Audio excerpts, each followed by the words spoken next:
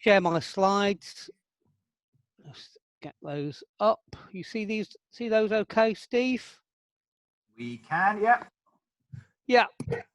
And just move that to there. Okay, so Andy and I are going to do, I'm going to do the first part of the presentation, and then Andy's going to pick it up partway through. The areas that we're going to cover, I'm going to talk a bit about why, as an e-commerce business, Google Shopping should be on your radar, and why our premise is going to be that Google Shopping punches above its weight in the search engine results page. I'm going to show you why with some research insights from our Secret Life of Search study. Andy's then going to take over and talk about some of the nuts and bolts of how you can optimize your product feed for Google Shopping, which is really important, and then some sort of techniques, tips, sort of bidding tactics that you can use to optimize your campaigns. And as Steve has said, you can post questions at any time on the chat or on the Q&A button, and we'll review those at the end of this session, and we'll answer all of your questions. Happy to answer any questions you might have. Okay, so the research that I'm going to show you is essentially from a study that we did 18 months or so ago, which we encapsulated in a white paper called The Secret Life of Search. And it's not just about Google Shopping, it's about all aspects of search marketing and tips, tactics, findings, insights about how you can make your website, your digital marketing mix more successful. It's had a lot of coverage in national and international press. I've been interviewed on podcasts. My colleague, my co-author Katie, has also been on a podcast talking about some of the insights. So there are 10 standout strategies in the white paper, and I'd encourage you to download it after this session. We're really going to talk about just one of them today, which in the white paper is called Shopability. So succeeding with Google Shopping.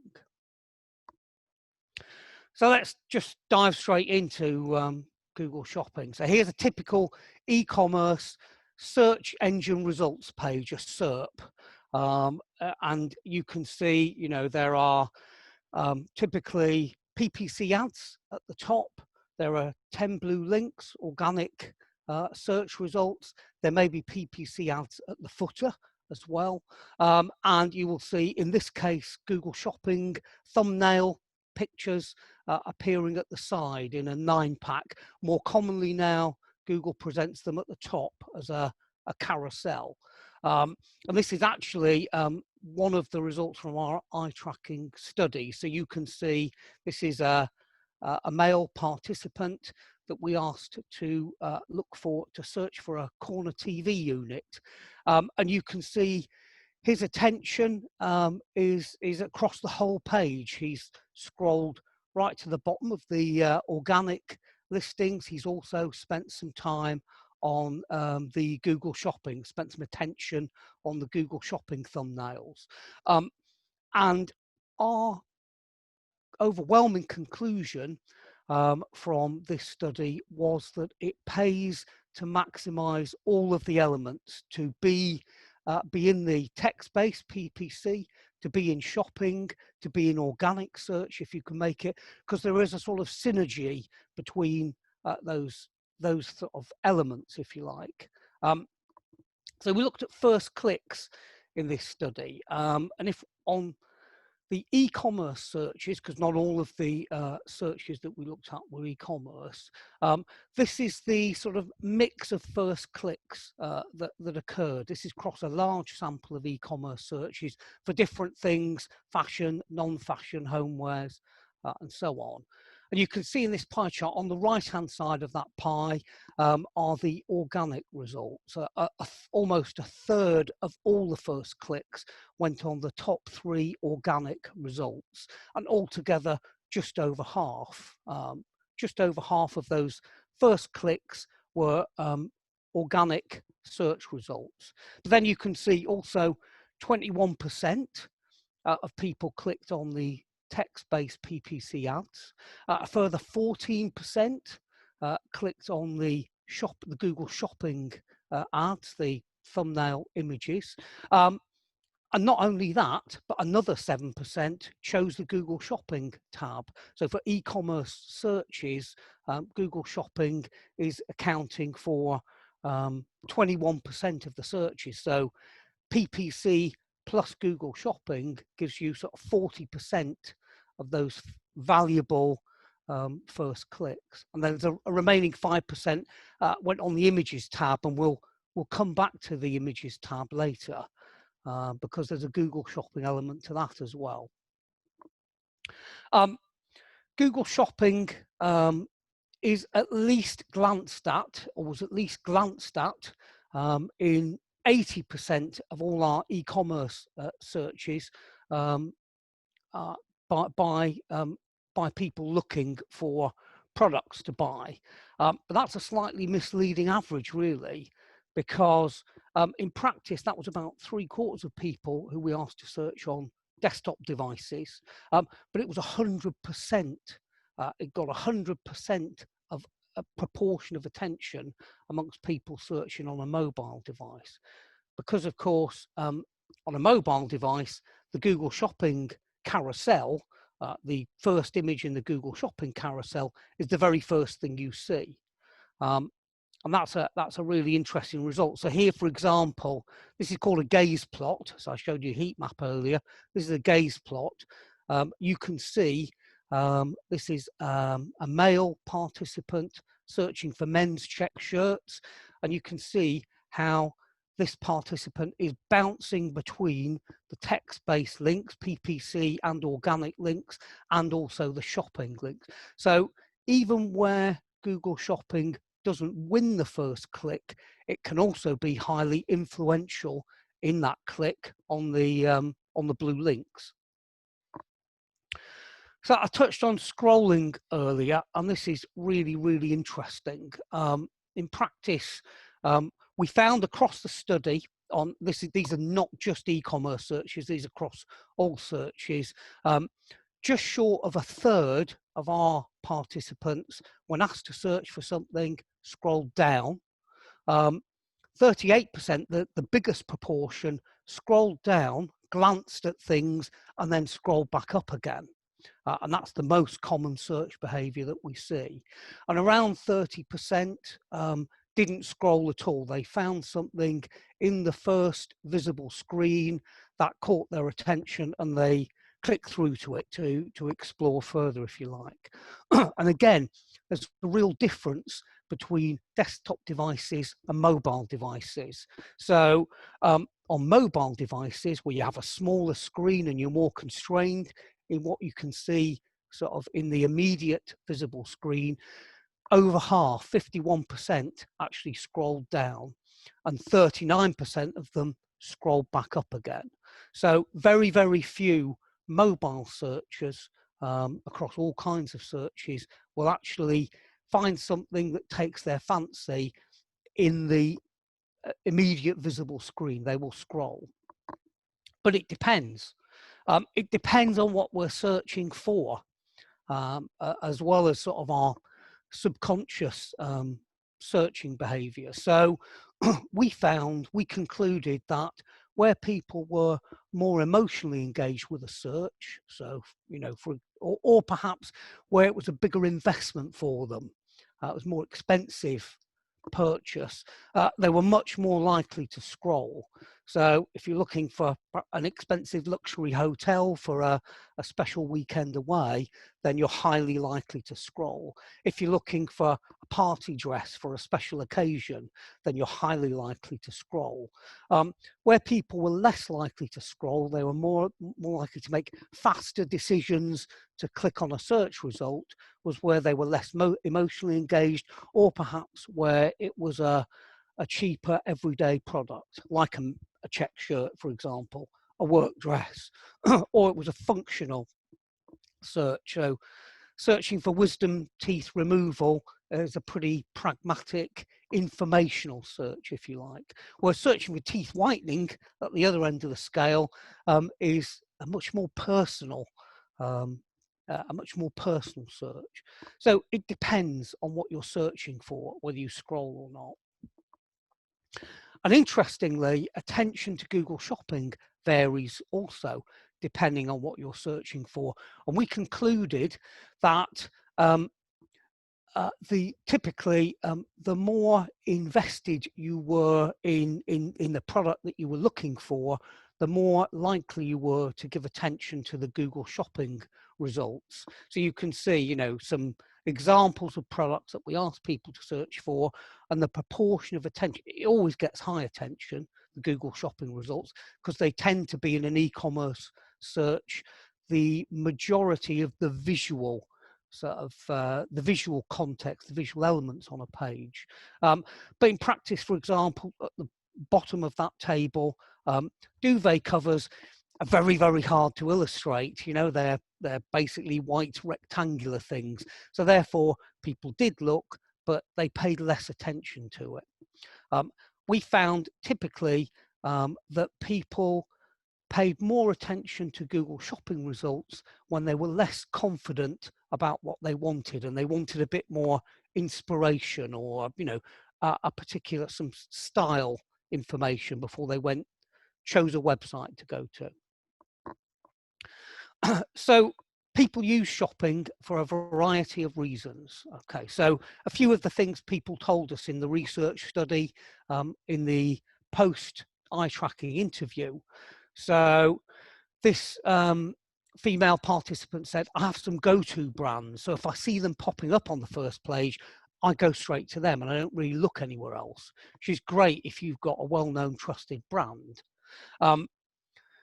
Someone told us, I like to use the carousel, to slide through the carousel, because it's like a preview of what's available on the websites. Here's somebody looking for a trusted brand. I couldn't find River Island in the results, but I looked on the shopping images and it was there. Shopping images are a brilliant sort of microcosm of, you've got, you know, image, product description, price, and the retailer or the company. So you've got, you know, in one very small space, a perfect set of information to be able to make click choices.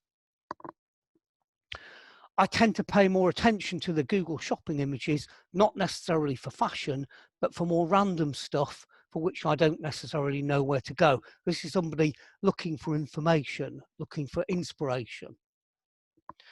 I clicked on the image because I liked the look of the cabinet and I could see the price on it as well. This is a male respondent that we asked to look for, I think, from memory, a TV corner unit. And great thing about a Google Shopping result is you see the product and you see how much it's going to cost you. So it's a quick decision to click through on it. One other big finding, and this was a massive surprise to me because I never would have thought, you know, I kind of assumed before we did this huge study that everybody searched like I did. And I always use the all tab and I work my way through the text-based results typically. But actually, 14% of all our e-commerce searchers clicked on one of the tabs. They either clicked on the shopping tab or they clicked on the images tab. That's interesting. And the kind of reasons that they gave us, I noticed Google has this shopping option, which other search engines don't. I always use it as a filtering thing to get the best prices. It's good for specific items because you can see all the different places you can buy from and where there's an offer on. So it's a visual search engine, the shopping tab. Somebody else told us, I only recently discovered the shopping tab. It gives you a bit more choice that you might not search for. So it widens the brands that you're looking at, which is really important, again, if you're a smaller brand competing against big, trusted, sort of high authority brands. And it takes you straight to the page of the product instead of landing on the home page of the website and trying to find it yourself. So people see it as a digital shortcut to get to the product that they're most interested in. So tabs, and, you know, no wonder really. You look at, you know, tabs are perfect for visual searches. Here is a younger female that we asked to look for a little black dress, and she almost immediately went to the, in this case, the images tab, because she wasn't sure what style she wanted. She knew what color she wanted. It was black. But there you can see, a huge array of styles immediately, so you can make quicker digital click decisions. And of course, Google Shopping gets its slice of the pie, because across the top, you'll notice that the top row is all Google Shopping ads. And we found that people in the research study didn't really seem to distinguish between the Google Shopping ads and the images in terms of the context. So I thought the last thing I'd show you would be just an example of a video from the website. This is a male participant. I think he's searching for men's check shirts. And he keys it in. Up comes, in this case, a carousel rather than a 9-pack of Google Shopping results. He glances quite a lot at several of the Google Shopping results. Then he starts to work his way down the PPC ads and the organic links. Then he makes the decision to go to the images tab in this case. And you can see, again, it's a great interface for a visual search. You've got a whole range of styles that you're presented with. You've got some pricing information from the Google Shopping ads, and you can also immediately narrow it down by color. So he is able to very quickly, for a relatively functional item, a check shirt for 15, 20 pounds, he's very quickly able to absorb a lot of information and make some style choices. So that's why we would contend that Google Shopping punches above its weight.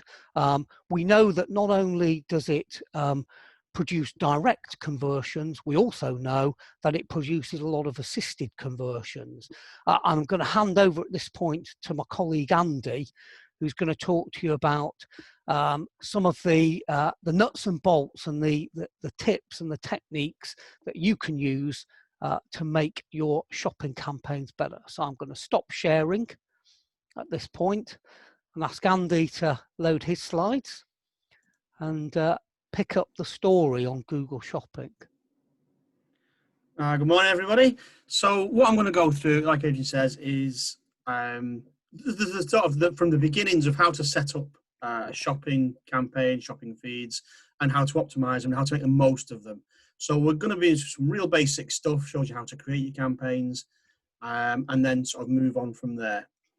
So this is how shopping works, essentially. You've got your website full of your products, and this, what you do is export out into your shopping feed. Now, this can be an XML download from the site. You can do it in Google Sheets. It can be a CSV text doc, or you can just do a website scrape, which is the least preferred option, really. But what happens with your shopping feed is you give that to a Google Merchant Center that you've created.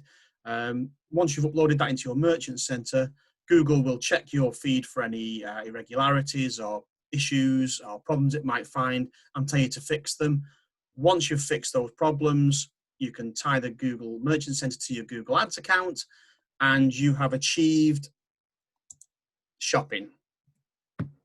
So with your Google Shopping, what we're looking to do is get your products in front of people who are looking for them, and it's absolutely brilliant, as Adrian says, at doing just that. So there's two parts to the shopping that you can have some effect on. The first one is your feed, and the second one is the campaigns themselves. Now you can do a fair bit with the campaigns, but there's a lot of work you need to do with the feed, right? You can do with the feed to make it sort of optimized for your products and your searches. So starting with the feed, what we're going to do is run through sort of the basics of what you need to have for your feed, and then a few sort of extras, such as optimizing the feed and what we can add to the feed to make it easier to use within your campaigns. So starting with the basics. What we have is an ID. Every product needs an ID, so use a unique value for each product. It's usually a SKU or something like that. Title, so accurately describe your product. Don't include promotional text, so free delivery, buy one, get one free, anything like that. It's useless to your, no one's going to see it, and Google aren't going to sort of show your product for it. So you take up valuable space. Accurately describe your product, quite important. I'll go into the titles a bit more later on. Description, again, accurately describe your product. You can use sort of more descriptive text here. Not many people are going to see it, but Google will use it for sort of showing your product again in relevant searches. Again, don't put any promotional text and only include information about the product itself. A link, quite important. So this is just a link to your product's landing page. Takes a shopper from their click to the landing page so they can buy the product. An image link, it's basically a link to the product's main image. So again, this is the image that shows up on the search results. And I'm going to go into a little bit more on image optimization later. Availability, whether it's in stock or not. So again, in your feed, if it's not in stock, Google will see this in the feed and they'll stop showing that product so you're not wasting money. When it comes back into stock, they'll start showing it again. So again, quite important. Now the price. There's two parts to the price. There's the main price. So accurately submit the product's price and currency. And it's got to match the price on the landing page. Otherwise, Google will not show the products as a mismatch. They'll say it's mismatch price. We're not going to show this product. What there is another column you can use called the sale column. Now in here, you can put a sale price. And what Google will do is they'll show the sale price on your ad with a discount percentage. So it stands out on the page. If you have a discount, it'll give you that discount percentage and tell you what people are saving or what the person can save. So again, it's really useful to make sure your ads stand out and your price is still correct. A brand, so provide the brand name of the product. Again, generally recognized by the consumers. If it's your own brand, then it's your brand. But again, quite important. A GTIN, so this is something that Google require. Again, it's a GTIN assigned by the manufacturer, and it shows sort of all the right products in the right searches. So anyone does a search, it will show the sort of similar products due to this GTIN. If you don't have a GTIN, an MPN, so manufacturer's assigned part number. And again, does the same job. So one or the other, preferably the GTIN if you have it. If not, an MPN will do the same job. And delivery. So this is something you can set in your feed. So you can put a delivery price in there, but you can also set in the merchant center if you have a flat rate or there's a sort of a tiered rate of delivery options. You can put them in your merchant center and Google will sort of still show your product with the right delivery options. You do need to put delivery in either your feed or your merchant center though. Now, if you are a clothes seller, you do need to add things like color, sizes, genders, age groups, whether it's patterned, things like that. You can have a column for each one, and sort of the more information you give Google, the better.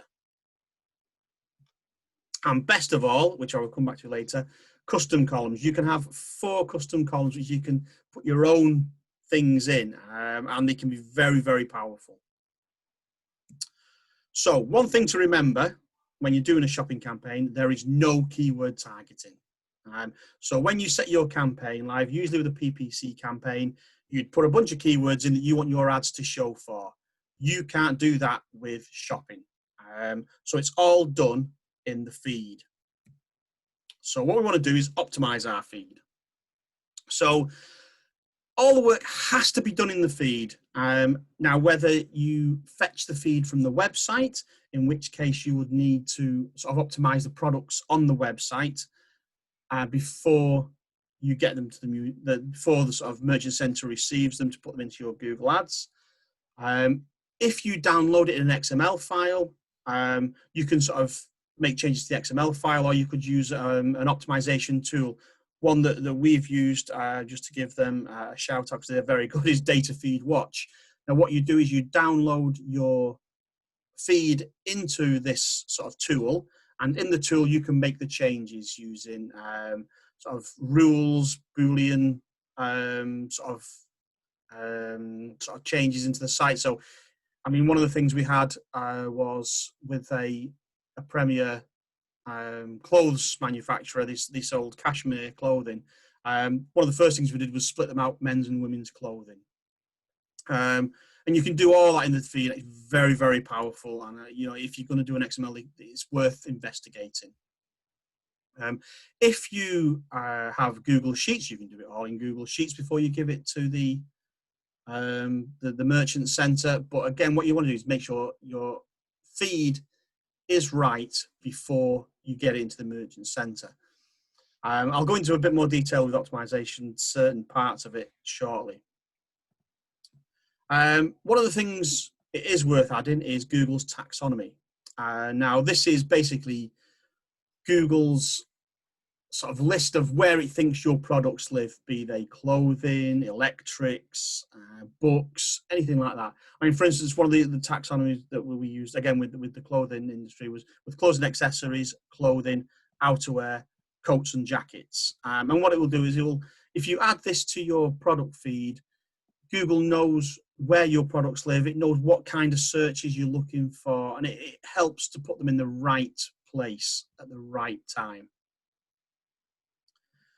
Now then, I did say there were no keywords in Google Shopping, but what we can do is add them into your feed. So optimizing your product title with keywords, it works a lot like SEO. So what you're saying to Google is, these words are important to me, so I've put them in my title and I've put them in my description. What you don't want to do, though, is basically just stuff your title with keywords, because that'll make you no sales. It'll be too confusing for the searcher. At the end of the day, in the same way with SEO, you're building a title and description for a user, not for Google. So you want it to make sense. But saying that, Google will put sort of more importance on words at the beginning of the search, of the title, rather than, you know, the ones at the end of the title, in the same way they do with SEO. So what we want to do is make sure we've got them in the right order. So brand is quite important. People, as Adrian said earlier, they look for a brand name. So if you have a sort of a well-known brand that you're trying to sell, put the brand at the front of the title for the product. If not, then use more descriptive keywords. But brand is usually sort of one of the first words you would put into your title. Then category and features. So what is your product? So you give it the category. So, I mean, one of the ones I'm going to go into shortly is for a pan. So we would say it's a ceramic non-stick pan. It's a good description, it's category, and its features. Sometimes you would want to put some of the features before the category. Again, if they're really good selling points, USPs, put them towards the front of your title. So what do your customers search for? So again, reports and statistics are very, very important. One of the things you can do from shopping is download a search term report.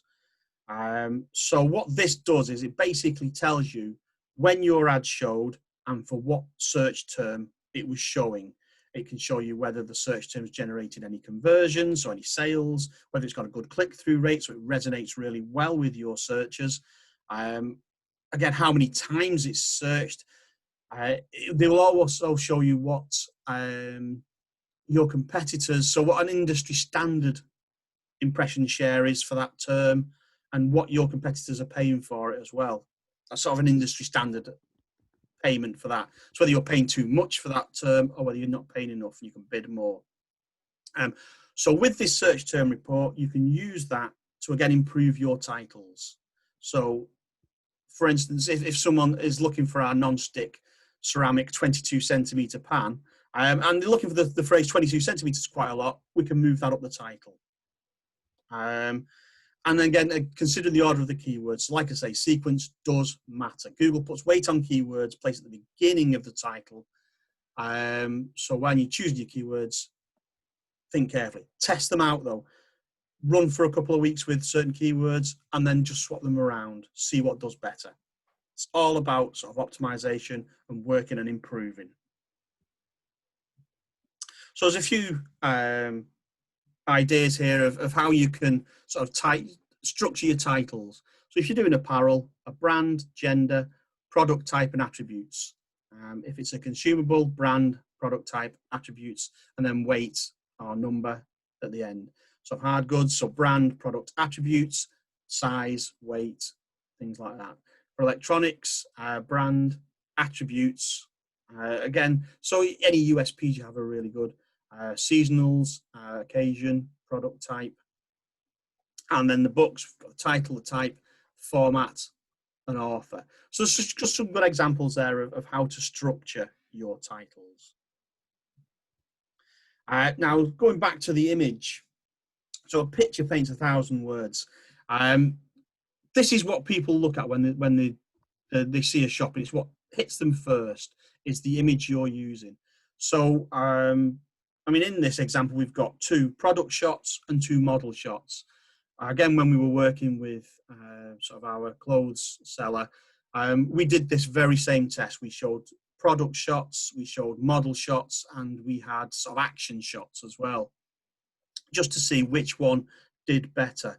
And going back to, again, Data Feed Watch, there's a sort of a tool in there that you can choose which image and how often to rotate the images on your feed. So if you've got sort of 9 images that you want to upload, you'd have your main image link, and then you'd have alternate image link columns in your feed. And you can just tell sort of Data Feed Watch which image you want to show. And it will cycle through them. Very, very powerful tool. But try your images. Make sure that you're swapping and checking, make sure you've got the best one. Again, you want to get people coming through to your product, not the competitors. And the custom attribute columns. So these can be so powerful. So what we have here is a chance to add our own split to the products, which I'll go into in a little bit of more detail with the construction of campaigns. But in here, you could have whether it's a sale item, you could split them by high or low return on investment, whether they're big sellers or smaller sellers. Again, when we worked with the Cashmere company, we had this split with male and female, so collar style, so V-neck, round neck, polar neck. We had them split by sleeve styles. And what it does is it allows us to sort of group certain products together and sort of split the campaigns further, because you don't want one shopping campaign. You want many campaigns that contain different products if you have a large product sort of catalogue. And the custom columns can be very, very powerful. But even if at the sort of base level you do high ROI and low ROI, you've got all your main ROI products in one campaign, and you can put more of your budget behind that. So this brings us on to the campaigns and sort of how to build them and how to structure them. So starting with the basics, when you create your shopping campaign, Google holds your hand. What they do is they ask you what type of campaign you're creating. So it's a sales campaign. They ask you then what type of service you want them to build for you, and you say shopping campaign. What they then do is say, well, where's your merchant center link? And it'll give you, if you've tied the two together, it will give you your merchant center that you just click on and say, yes, that's my merchant center. It'll ask you what sort of priority you want to give the campaign, which I'll go into in a little more detail. And then it says, right, well, now you can create your first ad group. And it again takes you, say, the same process. So it'll say what kind of ad group you want to do. There's 2 types of sort of shopping campaign, there's your normal shopping campaign, and there's a smart shopping campaign. Smart shopping campaign will basically give Google all the control, and it'll just show your products how it wants. With a normal product campaign, you've got the control. This is what you really want. And once you've created your ad group, you've set up your feed, you'll be left with that.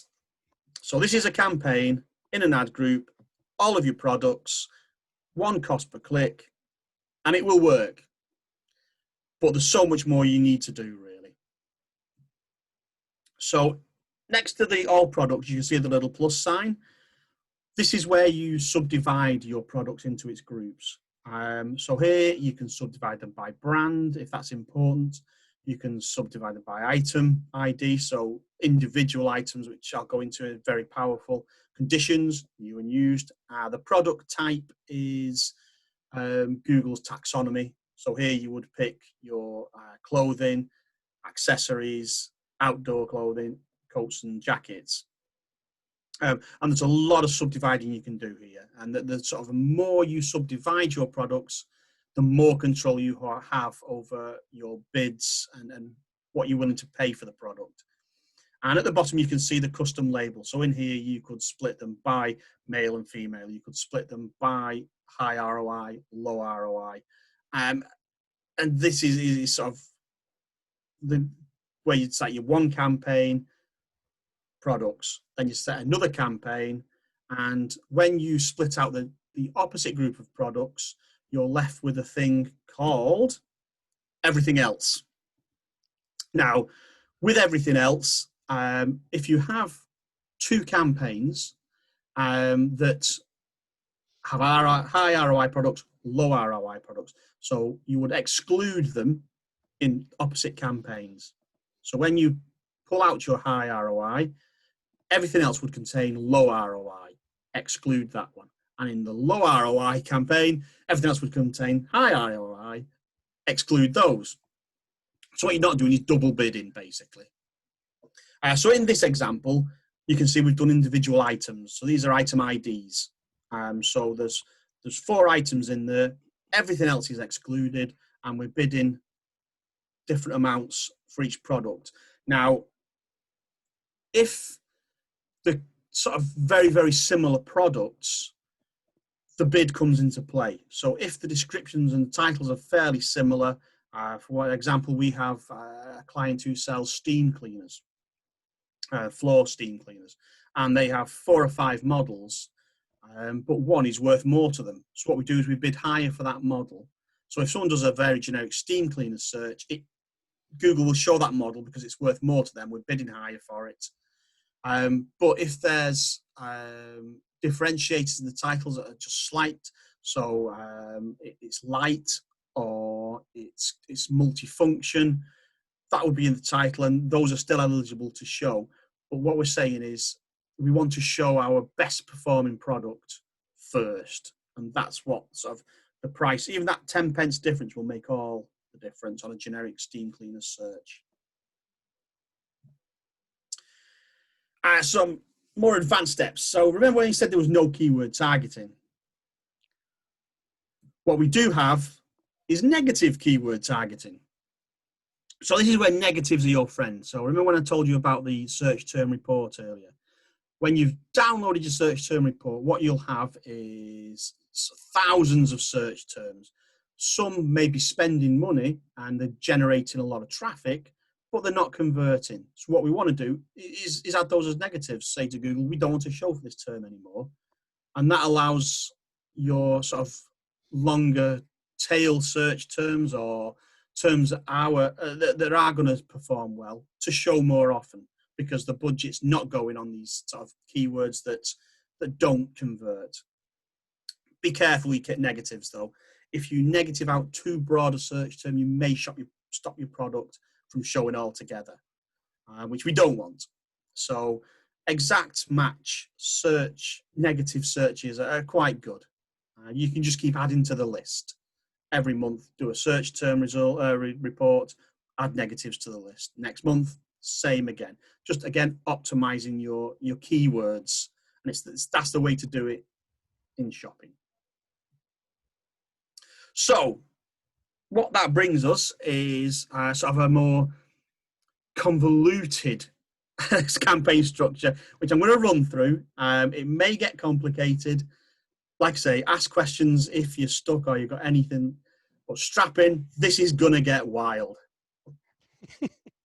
So what we have in Google is a priority structure. So when you create your shopping campaign, Google will say, is it a high priority, a medium priority, or a low priority campaign? Now, it goes against everything you want to believe, but you set your high priority campaign with very low bids and all of the negatives. So what we're going for here is sort of really, really generic searches that might be valuable to us, but we don't want to pay too much for. Medium priority. So this is where we get in, again, still fairly generic searches, but longer tail searches. And we're willing to pay more for these because they're probably more valuable to us. And then the low priority, this is all our brand search. Now, I know that sounds counterintuitive, so we're going to put all our brands in the lowest priority bucket, and we're going to bid massive amounts for them just because we want them to show. And I'll explain how this works. All right, so sounds complicated, fairly straightforward. The important thing to remember is all three of these campaigns have to have a shared budget, so that when the budget's gone, a lot of it will be gone on the high priority stuff. So you're doing the low bids, 10, 12 pence bids. A lot of your spend will go in the high priority. If you don't share a budget, what it will do is it will just move those searches into the medium priority, and then it will move them into the low priority, where you're paying £2.79 for a bid you don't want to, for a really generic bid. If you're sharing a budget, when the budget's gone, it's not going to start moving it down the generic searches. Okay, so we're trying to sell a Tefal ceramic non-stick 22 centimetre square pan. Now I'm going to change the names in this to protect the innocent. This is Colin. So Colin wants to buy a pan. Now, in the high priority campaign, we're bidding on phrases like pan and non-stick pan. I mean, that's still a fairly generic phrase that there's a lot of searches for. I think last time we looked, there were 44,000 searches a month for a non-stick pan. And we want to bid 10, 12 pence. We're willing to pay for it, but not too much. And Colin is at the start of his search journey. He knows he wants a pan, but he doesn't know which one. We know we want to sell him a pan, but we're not going to pay £2.79 that he's not going to buy. So this is, again, in the high priority, this is where we've got all our negatives. We've negatived out our Tefal, we've negatived out ceramic, we've negatived square, we've negatived 22 centimetre, because, like I say, he's looking for a pan and a non-stick pan. And we're not going to pay too much for it. So he's decided that he wants a ceramic non-stick pan. Now, this is more important to us because this is much more closely aligned with what we're trying to sell him. So we're going to bid here 59p, 69p, because we want our ad to show to him, really. He's a more intent buyer because of the longer tail search term. And finally, he's looking for a Tefal ceramic non-stick pan. Now, this is where we're willing to bid a lot. We pay £2.79 for this search because essentially he knows what he wants. We're trying to give it to him. This is our brand. You're not probably going to pay £2.79, but what you're paying for is to get your ad at the front of the shopping search. A lot of the time for a branded search, you'll pay pennies. You know, it's 17p, 22p, but you're bidding £2.79, £3.79, whatever it is, to get you to the front of that shopping sort of image pack. And that's essentially how a more convoluted search structure in your campaigns can work. All 3 campaigns are identical. They all contain the Tefal ceramic non-stick 22 centimetre square pan. The high priority campaign has a lot of negatives, including the brand names and, like I said, the more descriptive keywords. The medium priority is exactly the same, except it's a medium priority. We're bidding more and it has less negative keywords. So here, the only things that's negative are the sort of brand names. And then the low priority is exactly the same as the other 2. It's got the same products, it's got higher bids and no negatives at all. Because what's happened is, as Colin's come through the funnel, he's been sort of filtered out by that campaign structure. So a high priority, he's looking for a pan, he gets filtered out there. We're not paying £2.79 for somebody looking for a pan. If he's looking for a ceramic pan, he gets filtered out in the medium priority because, you know, we're looking to pay a little more, 69p, but we're not willing to pay £2.79. And then in the low priority, he comes through because it's a brand name search. He's been filtered out by the brand negatives in the previous 2 campaigns, and we're willing to pay for him here because he's going to buy a pan. And that's how it can work. But finally, if all else fails and you get stuck, ask the experts. That's what we're there for. Just give us a call, drop us an email, and we can take it through with you. So that's it. Thank you for your time. Any questions, anyone? Good, Andy. Thanks, guys. There's a couple of things in the chat, Steve, aren't there? You want to stop sharing, Andy? Yep. What we got in the chat? Oh, okay. Anybody got any questions?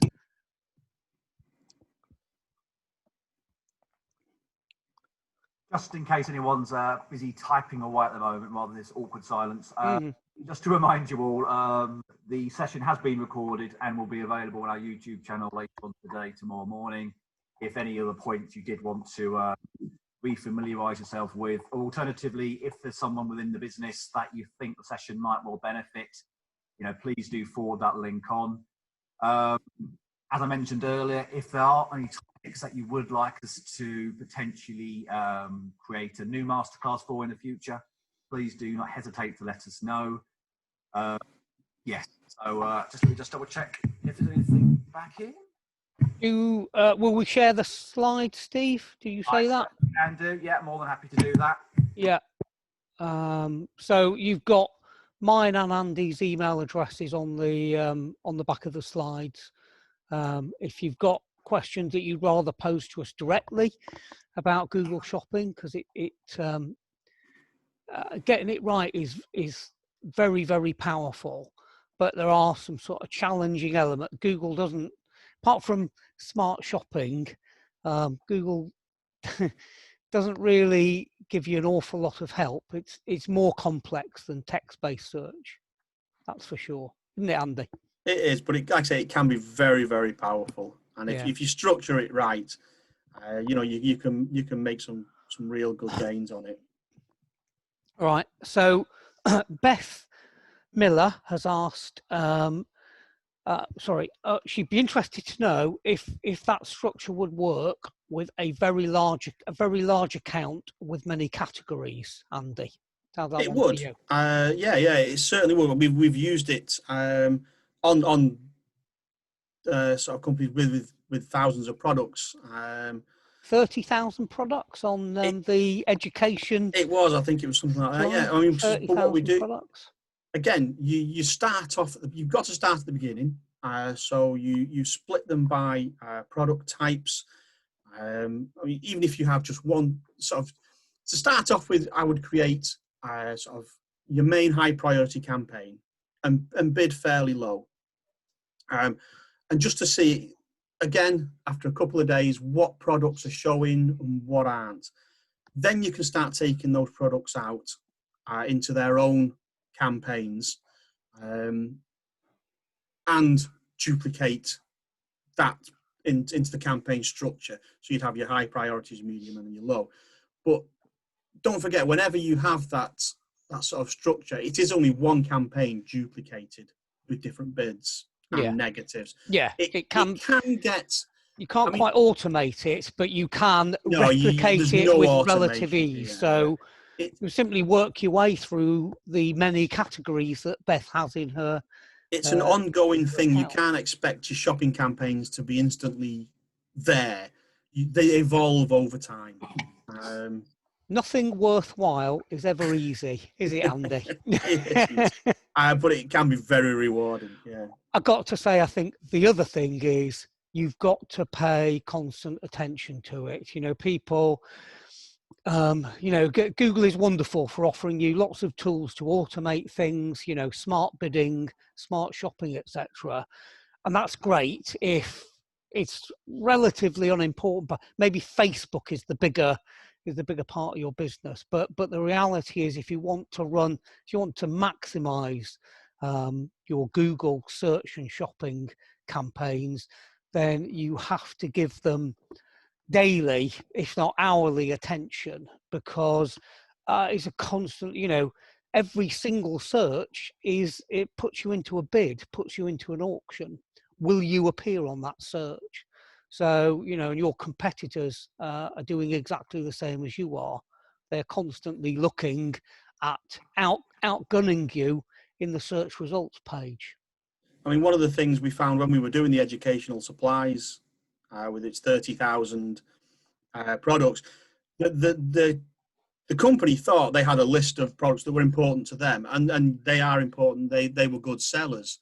But one of the first things we discovered when we'd set up the shopping campaign, when we'd split everything out and we had our everything else group, was bags of sand.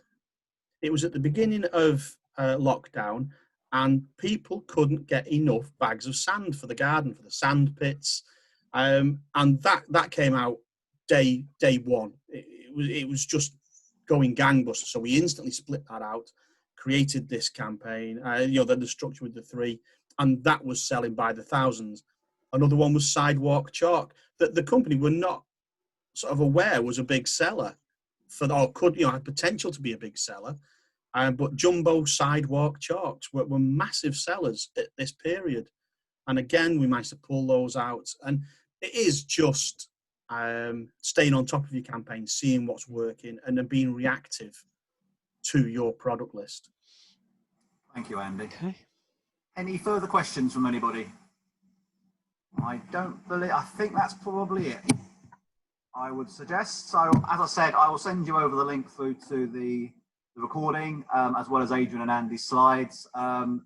Thank you to everybody who's attended each of our masterclasses from this recent session. We've really enjoyed doing them, really enjoyed your company, and we'll be in touch in due course with hopefully a new series of masterclasses for the future. Cheers, guys. Take care. Thank you, Beth. Thank you, everybody. Bye-bye.